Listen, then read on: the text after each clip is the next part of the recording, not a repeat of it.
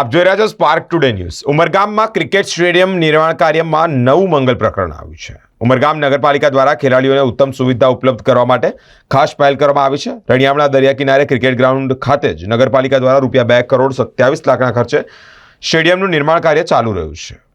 ઉમરગામના cricket ground પર વર્ષ દરમિયાન અનેક ટુર્નામેન્ટો યોજાતી હોય છે। ડે નાઇટ ક્રિકેટ ટુર્નામેન્ટ માટે તંત્રની લાઇટની વ્યવસ્થા ઊભી કરવામાં આવી છે। નગરપાલિકા દ્વારા ખેલાડીઓને વધુ સુવિધા મળે તે માટે ચેન્જિંગ રૂમ અને અન્ય આધુનિક સુવિધાઓનું પણ નિર્માણ કરવામાં આવ્યું છે। ઉમરગામ દરિયા કિનારાની સામે વર્ષોથી યુવાનો ક્રિકેટ રમી રહ્યા છે અને મોટા મોટા ટુર્નામેન્ટ પણ થાય છે ત્યાં।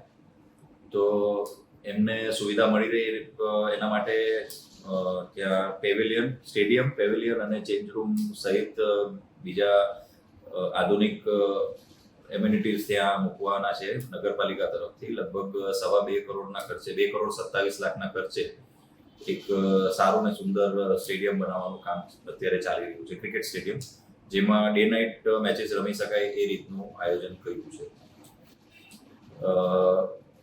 આ 2,27,00,000 મુખ્યમંત્રી સ્વર્ણિમ જયંતિ યોજનામાંથી ફાળવામાં આવી છે, જે હવે એ કામ હવે અત્યારે લગભગ આગામી 2 થી 3 માસમાં પૂર્ણ કરવાની અમારી તૈયારી છે।